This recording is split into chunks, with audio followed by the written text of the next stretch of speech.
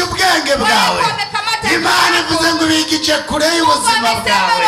Ntabwo uzongera kubabona ukundi. Ntabwo uzongera kubabona.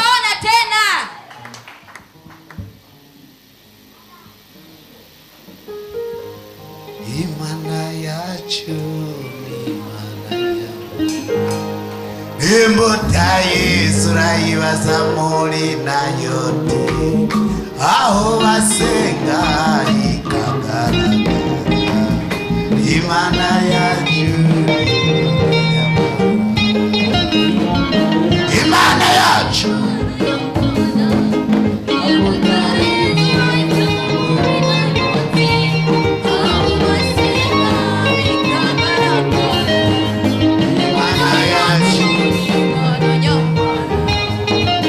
amashi menshi kuri iyo Mana. Numva twoguma dukoma amashi kubera Imana ndayibonye ukundi. Imana yabahamagaye ndayibonye ukundi. Ntabwo wizanye ngaha ariko hari icyo Imana yashaka kugukoresha. Hari abarozi bagufashe, abacamanza Waamuzi 16 murongo wa 17 mstari wa 17 havuga gute? Nasemaje?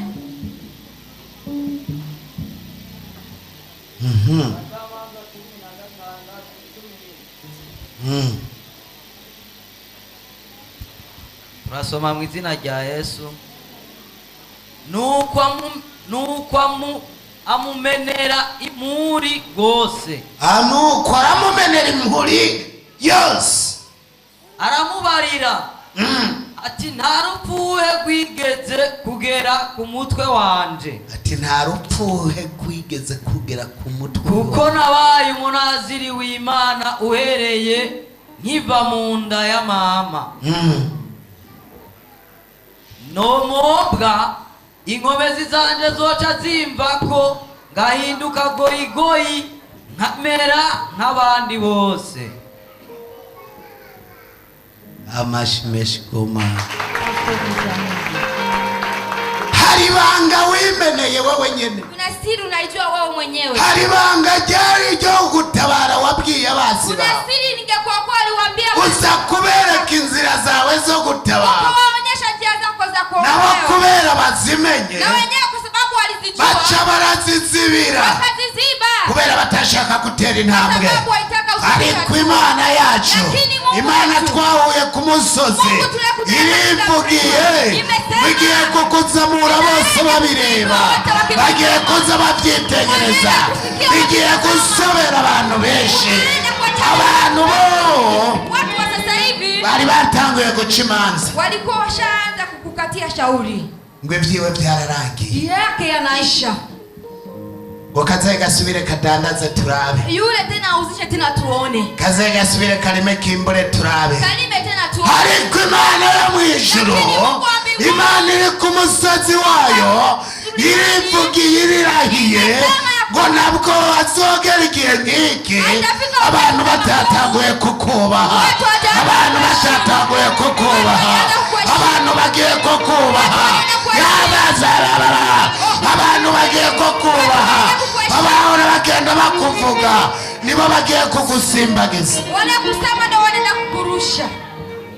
Haranangaza Yesu, haranangaza, haranangaza, haranangaza.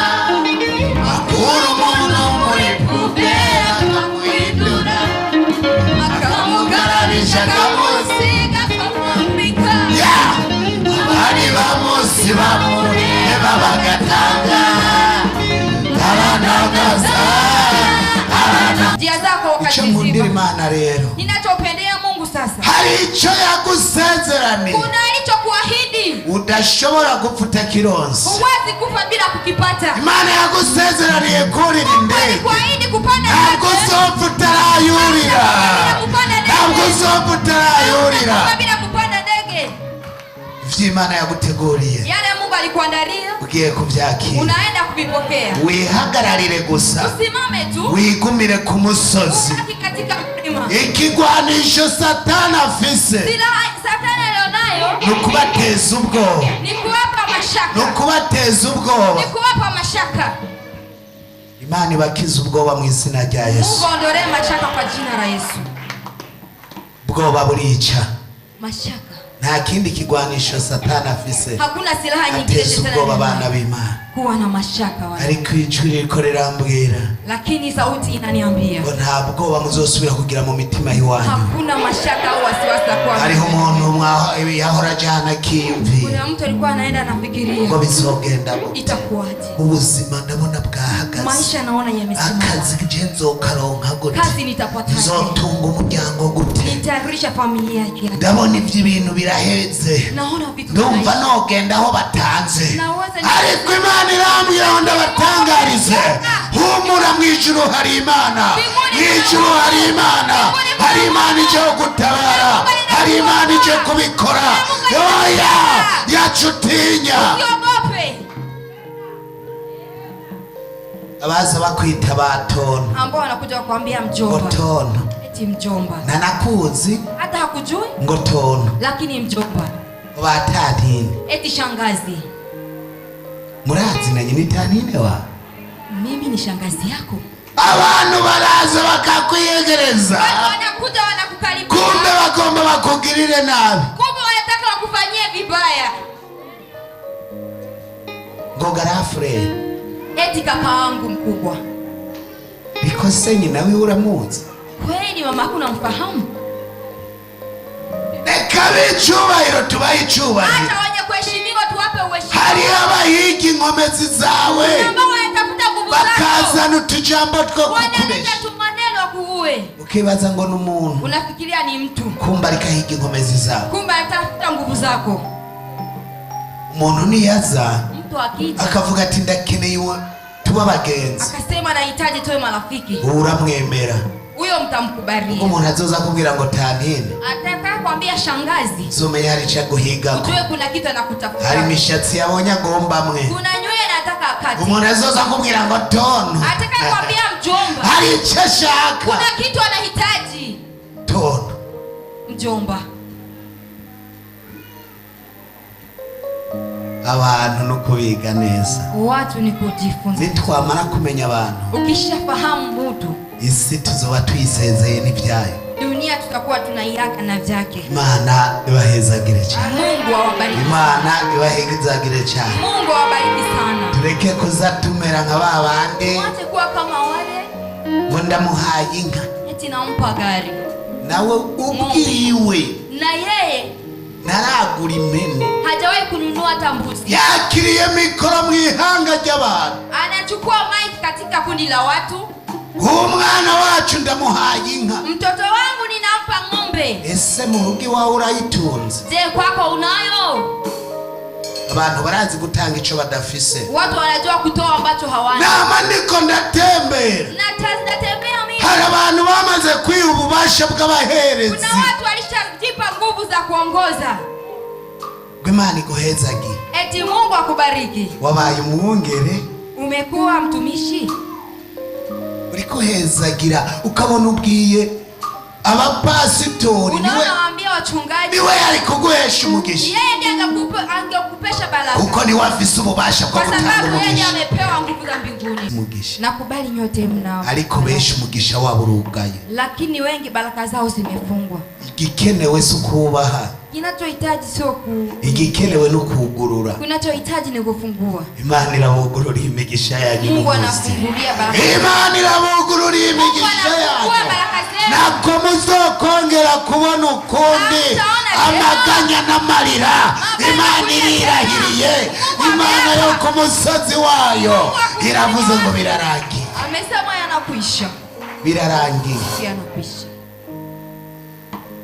Usanga abapagani bariko barya inyama, Unakuta wapagani wanakula nyama, wewe usenga Imana, wewe unamuomba Mungu, usanga wabuze n'igufu ushira mu isonga, unakuta umekosa hata mfupa kuweka katika.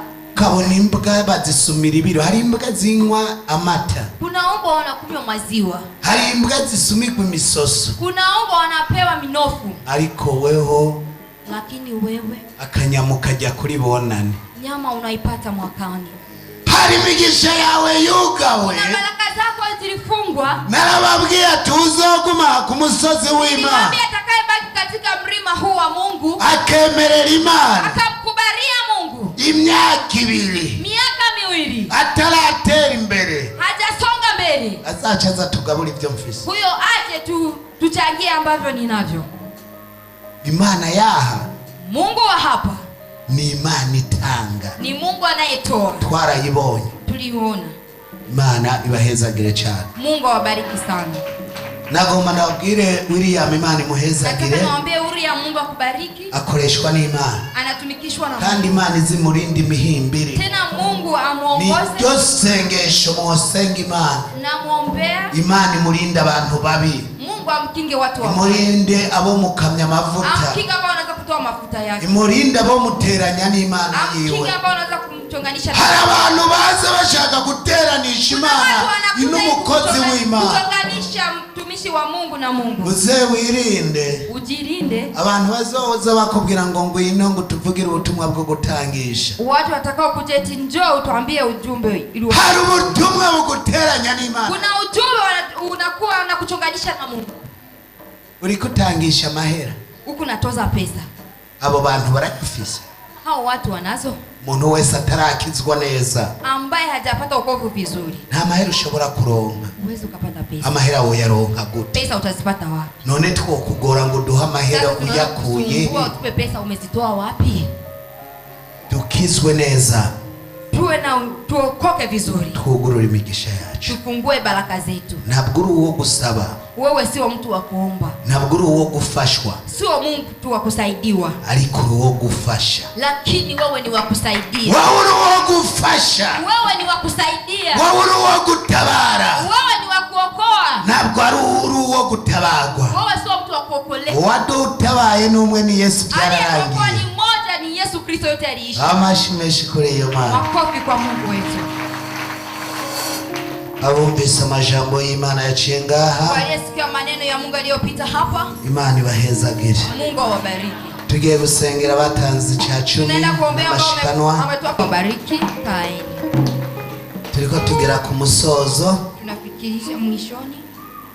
Ku musozi w'Imana nuko bigenda. Katika mlima wa Mungu ndivyo ilivyo. Mukanya tugomba turangize. Muda mchache tunataka tumalize. Yatuze kwinywera makadamia. Ili tuende kujinywea makadamia.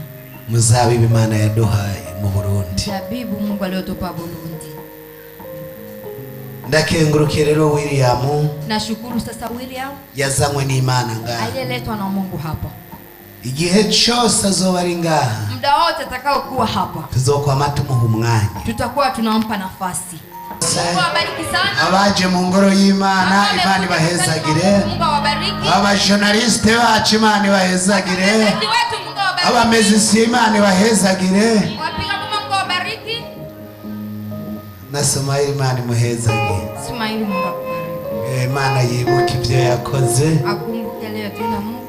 Imana nawe wo guhe bihari. Ariko imirimo twakoreye Imana, lakini kazi tulizomfanyia Mungu bizogira gute? Itafanya. Izotuvugira. Itatusemea. Ivuga ati ari ibyo sha twakoze. Bituma Imana idutabara. Ili Mungu atuokoe. Rero Imana imutabare. Kugira imuduze, ibandanye imuduza. Kugira mu minsi izana watangure kuzafata indege. Ili siku za mbele aanze kupanda ndege. Nkikinga. Kama baiskeli. Mani guhekurira indege Sumaili. Mungu akupe kupanda ndege Ismail. Hata ambao wanakuja kusaidia. Wese Imana iduheza. Sote Mungu atubariki. Tugiye kurangiza rero. Tunaenda kumaliza sasa. Tugiye kubwira Imana ijane natwe. Tunaenda kumwambia Mungu aende nasi. Tugiye kubwira Imana ishitse amasezerano. Tunaenda kumwambia Mungu afikishe. Imana yagusezeraniye byinshi. Mungu ametoa ahadi nyingi. Ariko ndashaka ishitse amasezerano. Lakini nataka ifikishe ahadi. Ndashaka bahora bagusuzugura muri iyi ndwi bakubahe. Abo wari waraririye amadeni muri iyi ndwi bishure. Babone ko hari Imana yavuganye nawe. Babone ko hari Imana yakoze. Kuna Mungu alitenda. uwikibembe kiwagisige ng'ahantu tukweretse n'uwadandaza ntiyunguke uwatwara umugisha wawe tukweretse n'uwari yarazwe n'umuryango batangure bamutelefone ngo turagukeneye kumwe bahiga Yefuta abariko batangura guhiga ubwoko bwawe bavuga ati turashaka tubagirire neza uwaragize iminsi agusaba akazi ndakwigize muri iyi ndwe reka umuhereza akazi urakoze tugukengurukiye ku bikorwa byose wakoze dukengurutse ku bungere wakoresheje tugukengurukiye ku baririmbyi wakoresheje tugukengurukiye ko bw'ishengero ryose warihaye gutekereza rikumviriza abo ntibakira umugisha amashi menshi ku Mana yacu mugumbirane ukugumbirana kw'abera tubwira abameze isi ati mwabigenjeje neza hariya mu buhinga bw'ivyuma Imana ibahezagire uko byaro no munsi bariko bizokama Imana ibagirire neza Mungu atende vizuri.